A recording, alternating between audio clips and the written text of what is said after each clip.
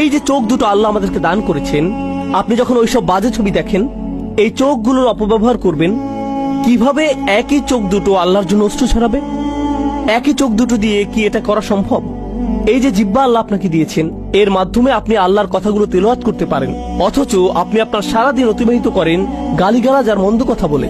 এই হাত দুটো আপনি আল্লাহর সামনে তুলেন এবং রাখেন, যাতে আপনি আল্লাহর সামনে দাঁড়াতে পারেন। এই একই হাতগুলো আপনি ব্যবহার করেন অভদ্র অঙ্গভঙ্গি করতে বা অন্যায় কাজ করতে। এই একই হাত। আমরা কিভাবে আমাদের নিজেদের ব্যাপারে সচেতন হব? আল্লাহ বলছেন, ওয়ালা তাকুনু কাল্লাযীনা নাসুল্লাহা ফাআনসাহুম আনফুসাহুম।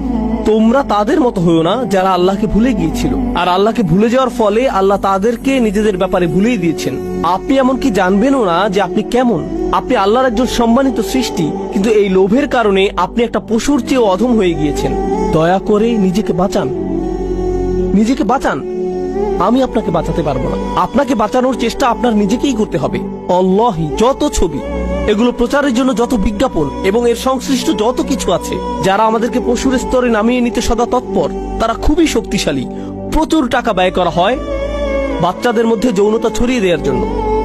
এই কাজে প্রচুর টাকা ব্যয় করা হয় অশ্লীলতাকে স্বাভাবিকীকরণ করতে, এগুলো উদযাপন করতে এবং নীতি নৈতিকতাকে নতুন করে সংজ্ঞায়িত করতে, ভালো মন্দকে নতুন ভাবে সংজ্ঞায়িত